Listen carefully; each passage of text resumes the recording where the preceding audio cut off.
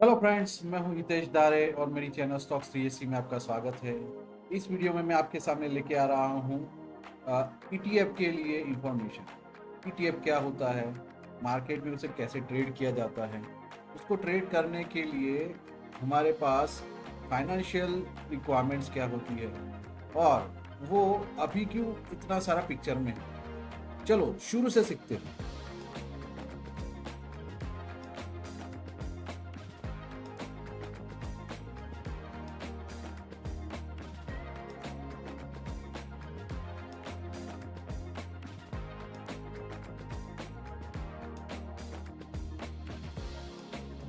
तो चलो शुरू करते हैं end to end blueprint of the ETF.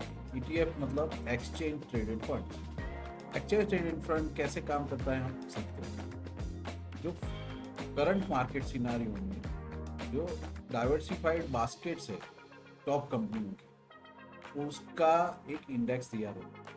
But क्या हम इंडेक्स परचेज कर सकते हैं? नहीं। Either we can purchase index funds और ईटीएफ। ईटीएफ भी एक प्रकार का बास्केट जिसमें रिलेटिव कंपनीज चूज की जाती है उस बास्केट में, और बास्केट का इक्विवेलेंट एक प्राइस क्रिएट होता है जो कि हम ईटीएफ परचेस करते समय उसको पे करते हैं। इसकी खूबी ये है कि ये फंड्स जो है, ईटीएफ जो है, वो एक्सचेंज में ट्रेड किए जाते हैं, unlike the fund of mutual fund और एनी इंडेक्स फंड्स, जो कि म्यूचुअल फंड हाउसेस के थ्रू हम उसको ट्रेड करते हैं। ईटीएफ की अगर बात करें तो डिट्टो टू डिट्टो वो बेंचमार्क की कॉपी है। अगर इंडेक्स ईटीएफ की बात करें जिसमें निफ्टी 50 का अगर कोई ईटीएफ है, तो जिसे निफ्टी 50 में 50 शेयर्स के इक्वलेंट वेटेज जो है, उसी की तरह पे ईटीएफ पोर्टफोलियो में भी उन्हीं 50 कंपनियों का एक स्ट्रक्चरिंग होता है। तो ईटीएफ दिमाग नहीं लगाता। आपका इंडेक्स का ईटीएफ फंड है तो वो एग्जैक्ट रेप्लिका होगा जो जिस किसी इंडेक्स को वो फॉलो करता है। तो वहाँ पे एक फ़ायदा ये है कि अगर किसी को इंडेक्स में ट्रेड करना है, इंडेक्स में इन्वेस्ट करना है, तो ईटीएफ में इन्वेस्ट कर सकता है। ईटीएफ का पोर्टफोलियो उसका एग्जैक्ट रेप्लिका होता है। मतलब ये है कि अगर इंडेक्स बढ़ेगा तो ईटीएफ भी बढ़ेगा। अभी इंडेक्स में कोई एक 50, मान लो निफ्टी 50 का कोई जो इंडेक्स है, वो इंडेक्स में 50 कंपनी है, उनका उस इंडेक्स में होना एक क्राइटेरिया के तहत अंदर उसका एंट्री या एग्जिट। अगर कोई कंपनी परफॉर्म नहीं कर रही है तो कंपनी बाहर निकल जाएगी, और जो परफॉर्म कर रही है वो उसमें एंटर कर जाएगी। इस वजह से हमें अगर इंडेक्स एटीएफ में इन्वेस्ट करना है तो हमें अपना आपा या तो फुलनेस होनी नहीं है, क्योंकि वहाँ पे वो एग्जैक्टली ईटीएफ इंडेक्स को फॉलो कर रहे हैं। तो उसमें जो फिटेस्ट सर्वाइवर है वो ही उस निफ्टी 50 में सर्वाइव कर पाता है। जो अनफिट रहता है वो बाहर निकल जाता है। इस तरह से ही निफ्टी 50 का इंडेक्स तैयार होता है, so as the ETF of the Nifty 50। अब बात करते हैं अलग अलग टाइप के ईटीएफ्स के बारे में। ईटीएफ यूनिवर्स में इक्विटी बेस्ड ईटीएफ्स होते हैं जो कि निफ्टी 50 और नेक्स्ट 50 के करस्पॉन्डिंग उनके इंडाइसेस को रेप्लिकेट करते हैं। फिर सेक्टरल ईटीएफ्स होते हैं जो कि स्पेसिफिक बूमिंग इंडस्ट्री जैसे कि आईटी है, पीएसयू बैंक है, फार्मा, उन सेक्टर्स के जो फंड्स हैं, उन सेक्टर्स के जो कंपनीज हैं, उनके शेयर्स को परचेस करके किया जाता है, तैयार किया जाता है। दैट इंटरनेशनल ईटीएफ भी होते हैं जिसमें कि जियोग्राफिकल डाइवर्सिफिकेशन को लेके हम ऐसे ईटीएफ में इन्वेस्ट कर सकते हैं जो कि फॉरेन में इन्वेस्ट कर सकते हैं, फॉरेन में इन्वेस्ट करते हैं, जैसे कि S&P 500, नैस्डैक 100, ये सब अमेरिका के इंडेक्सेस है। अगर हमको डायरेक्टली इन इंडेक्सेस में इन्वेस्ट करना है तो कोई जरिया नहीं है। कुछ म्यूचुअल फंड्स है जो कि उसको इन्वेस्ट करते हैं, पर उसके इंटरनेशनल टाइप के ईटीएफ्स में अगर हम इन्वेस्ट करते हैं तो we are directly investing into such countries indexes. Gold ETF भी अवेलेबल है जो कि डायरेक्ट फिजिकल गोल्ड के प्राइस के हिसाब से ऊपर या नीचे होते हैं। इसके हाई रिटर्न और सेफ असेट क्लास को लेके ये भी एक साइकोलॉजिकल स्टोरेज यूनिट है। तो ये अलग अलग टाइप के ईटीएस आप अपने यूनिवर्स में रिव्यू करते हैं। अब पैसिव इंफ्रास्ट्रक्चर में इन्वेस्ट करना है तो दो तरीके, म्यूचुअल फंड्स और दूसरा है इंडेक्स या तो ईटीएफ। म्यूचुअल फंड्स अगर थीमेटिक म्यूचुअल फंड है, थीमेटिक से मतलब है किसी एक थीम के तहत उसमें उस म्यूचुअल फंड में शेयर्स परचेज या तो सेल किए जाते हैं या तो असेट्स परचेज या तो सेल किए जाते हैं। For example top 20 momentum fund, अगर एक ऐसा फंड की बात करें तो वो एक्टिव म्यूचुअल फंड है। वो ऐसे टॉप 20 हाई परफॉर्मिंग शेयर्स को उस म्यूचुअल फंड में जगह देता है जो कि उसके क्राइटेरिया में फिट हो जाए। ठीक उस तरह जैसे कि निफ्टी 50 का क्राइटेरिया फिट होने के लिए निफ्टी 50 में 50 शेयर जो जैसे उसमें चूज किए जाए। तो एक्टिव म्यूचुअल फंड्स में जो अंडरलाइन शेयर्स है, अंडरलाइन असेट्स है, उसको पीरियडिकली रिव्यू किया जाता है। उसमें काफ़ी सारे फेरबदल किए जाते हैं। ऐसा बोला जाता है कि almost 80% of active mutual funds are not beating the benchmarks.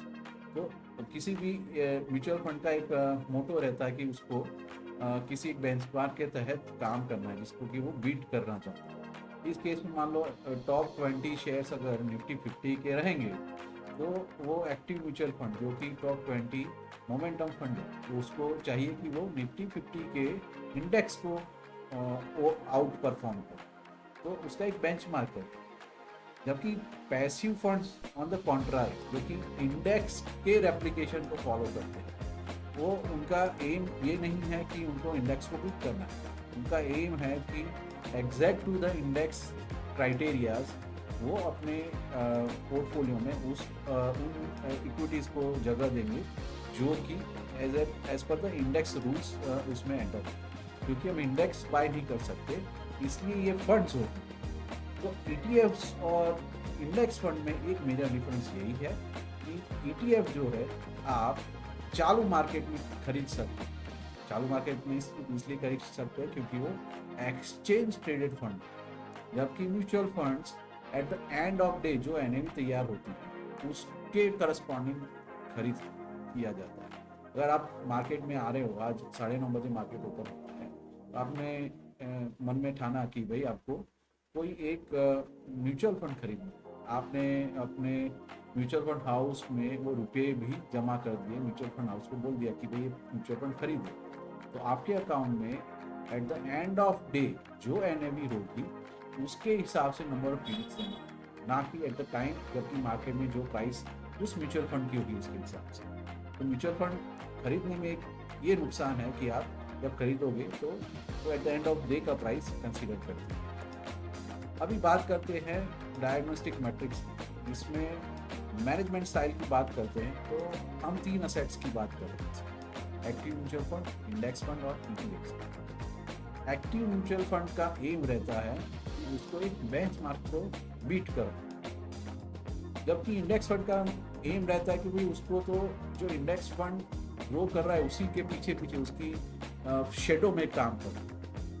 अब जबकि वो पैसिव टाइप का फंड, एक्टिव म्यूचुअल फंड में एक्टिवली शेयर्स खरीदे बेचे जाते हैं by the mutual fund managers. Index fund में इतना ज़्यादा दिमाग लगाया नहीं। ईटीएफ्स की बात करें, वो भी पैसिव टाइप के अगर ईटीएफ्स रहेंगे तो इंडेक्स फंड के ईटीएफ्स रहेंगे, वो भी एक स्पेसिफिक रेप्लिका को फॉलो करते हैं जो कि इंडेक्स को फॉलो करते हैं।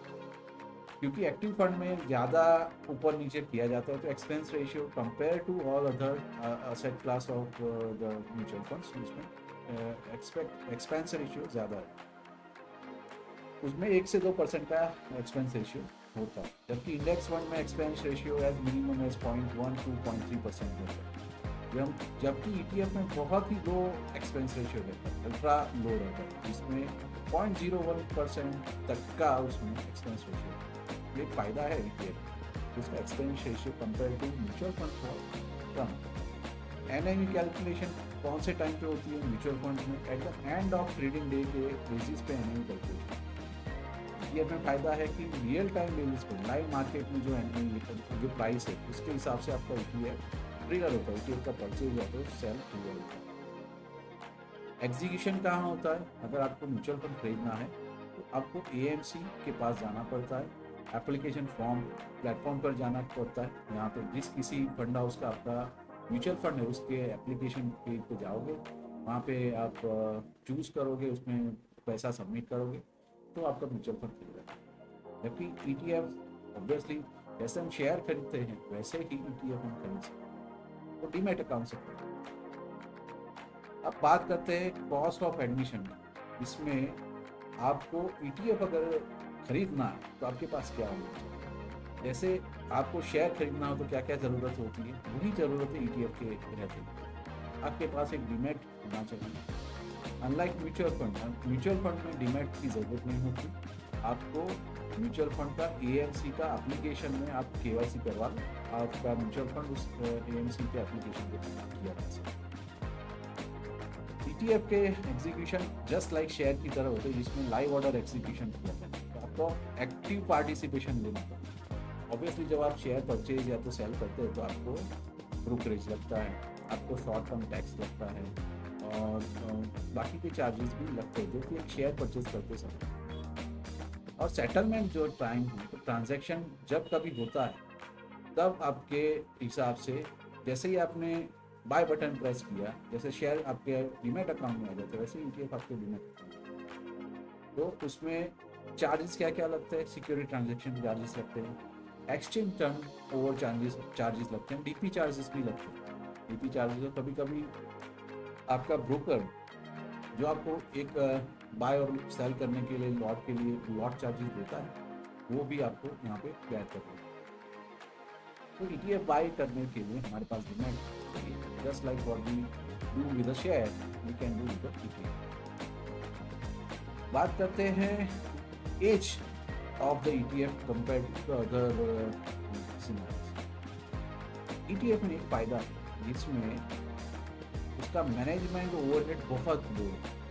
मैनेजमेंट ओवरहेड से मतलब है एक म्यूचुअल फंड जो कि एक्टिव म्यूचुअल फंड है उसको मैनेज करने के लिए म्यूचुअल फंड मैनेजर होता है, अकाउंट मैनेजर होता है।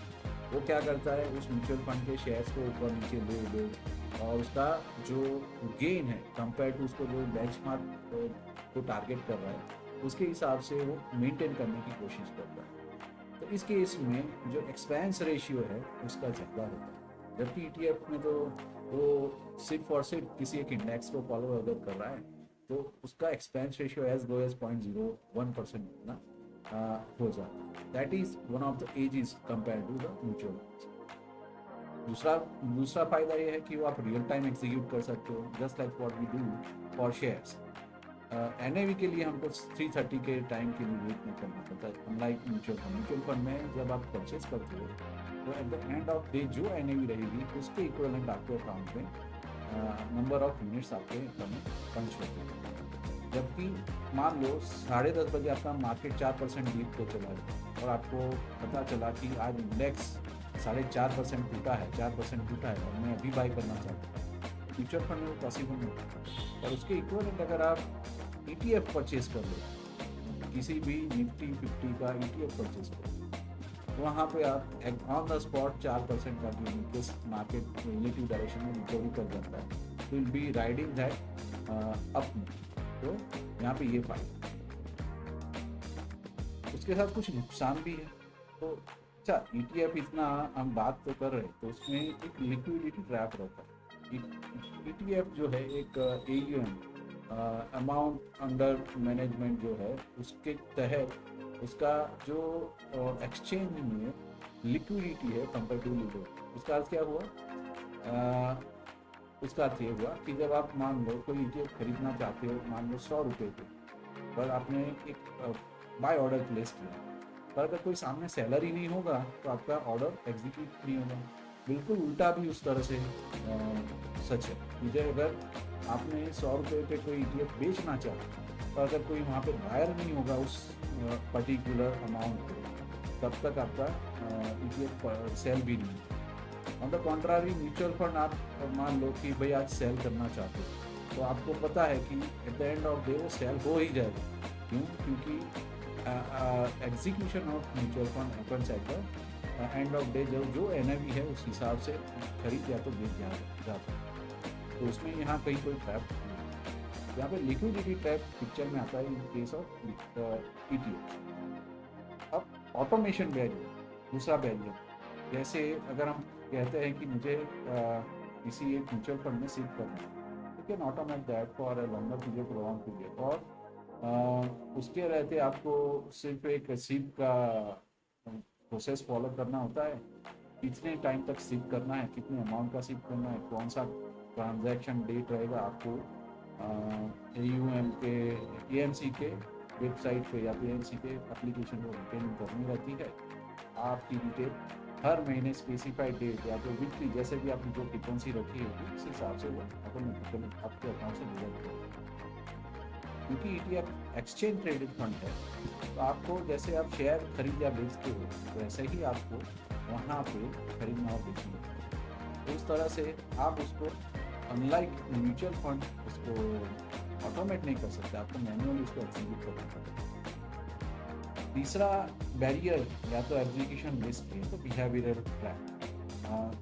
देखो, अगर सीख करते हैं तो सीख में हमारा मेंटल स्ट्रेस कम रहता है, क्योंकि हमको पता है कि मंथली या तो वीकली जिस फ्रिक्वेंसी पे हमने सीख किया है उस डेट पे स्पेसिफिक टाइम फ्रेम पे एक्स अमाउंट हमारे अकाउंट से कट होगा।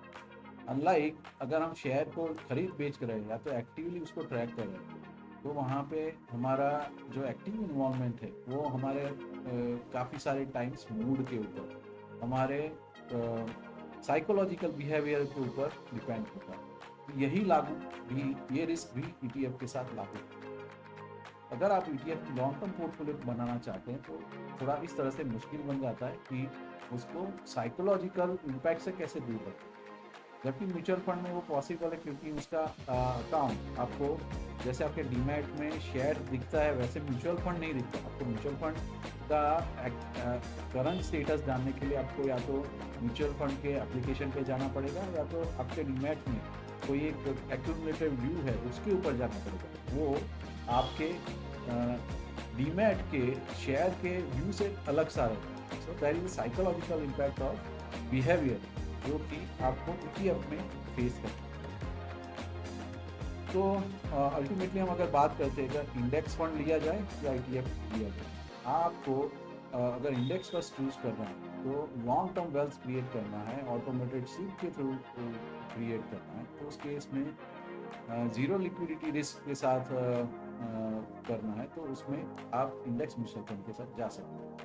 अगर आपको लगता है कि you are an experienced investor and want to earn out of the market movements, जो tactical trades के थ्रू आपको abrupt in and out market में करना चाहते हो, मार्केट डिप्स के ऊपर आप अगर ETF परचेज या सेल करना चाहते हो, उस हिसाब से अगर आप करना चाहते हो तभी आप ETFs के थ्रू इन्वेस्ट कर सकते हो, ETF के थ्रू जा सकते हो। ऑलरेडी अगर आप एक्टिवली अपने डीमैट को मॉनिटर कर रहे हो, डीमैट अकाउंट में आप शेयर्स को ले बेच कर रहे हो, तो उस केस में अगर आप एडवांस इन्वेस्टर या तो आपको अच्छी खासी नॉलेज है मार्केट के बारे में, तो ETF आपके लिए सही है। अदरवाइज आप इंडेक्स फंड्स की ओर चले जाओ, क्योंकि इंडेक्स फंड्स पैसिवली आपके अकाउंट को ग्रो करता है over a period through the method of shifts. तो मार्केट आर्किटेक्चर में 3 लोग, एक तो पैसिव एडवांटेज लेना है, तो अगर टॉप 50 कंपनीज में आपको मैथमेटिकली गारंटी के साथ रिटर्न लेना है, तो स्ट्रॉन्गर एसेट कौन सा माना जाएगा, उसमें अपना दिमाग लगाने की ज़रूरत नहीं पड़नी चाहिए। तो उसके हिसाब से आपको वैसा एसेट चाहिए जो कि बिना हिचकिचाहट, बिना झिझक के आप उसको एग्जीक्यूट कर पाओ। दूसरा है अगर बड़े टाइम ड्यूरेशन के लिए आप अच्छा खासा ब्रोकरेज दे रहे हो, अच्छा खासा टैक्स दे रहे हो, अच्छा खासा एक्सपेंस रेशियो दे रहे हो, तो लॉन्गर होल में वो डिफरेंस बहुत बड़ा रहता है। फॉर एग्जांपल, अगर आपका म्यूचुअल फंड एक्सरसाइज करने का चार्ज 1.5% है, एक्टिव फीस 1.5% है, और ETF को ट्रेड करने का फीस 0.05% है, तो ये जो 1.45% पर ट्रांजैक्शन जो कॉस्ट है वो बिलियंस ऑफ रुपीस में कन्वर्ट हो जाती है अगर आप लॉन्गर टाइम फ्रेम के लिए दोनों चीज़ें एग्जीक्यूट कर रहे हैं। एक तरफ आपका इंडेक्स फंड है जो कि आपके एएमसी के थ्रू, आपके सीट के थ्रू आपके अकाउंट में कुछ यूनिट्स डाल रहा है अभी, और एक तरफ है आपका ETF म्यूचुअल फंड जो आप खुद एक्सरसाइज कर रहे हो एवरी मंथ ड्यूरेशन में।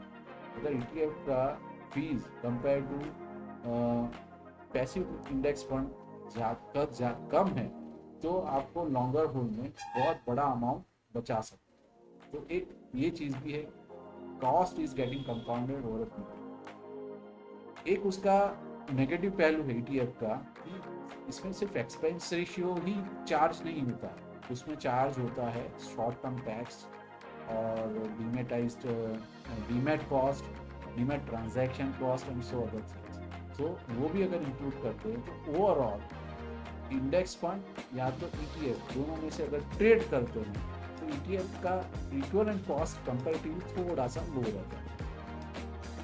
देन फ्रिक्शन डिटेक्ट्स फॉर्म, मतलब ETF offers the absolute lowest cost and highest agility, but उसके साथ आपको मैनुअल एग्जीक्यूशन, लिक्विडिटी रिस्क वो सब मैनेज करना होता है, साइकोलॉजिकल रिस्क वो सब मैनेज करना होता है। अगर आप एक्टिवली इन सब चीज़ों को मैनेज कर सकते हैं तो ETF आपके लिए है, अदरवाइज आप इंडेक्स फंड्स के साथ काम कर सकते हैं।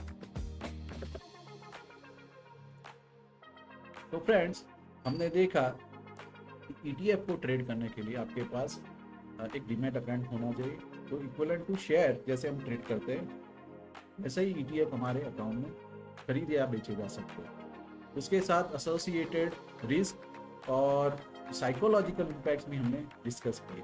अगर आपको ये जानना है कि म्यूचुअल फंड्स में active mutual fund, passive mutual fund और ETFs इनमें से कौन सा अच्छा है और कौन सा ट्रेड किया जाना चाहिए, तो उसके ऊपर मैं एक नया वीडियो तैयार करूँगा जो कि आप वो मेरे वीडियो के चैनल में, जो YouTube की चैनल है उसमें आप नेक्स्ट वीडियो में मार्कआउट करें। अगर आपको ये मेरा वीडियो पसंद आया हो तो share with your friends, press like button and subscribe to my channel if you are not already not done. Thanks for watching.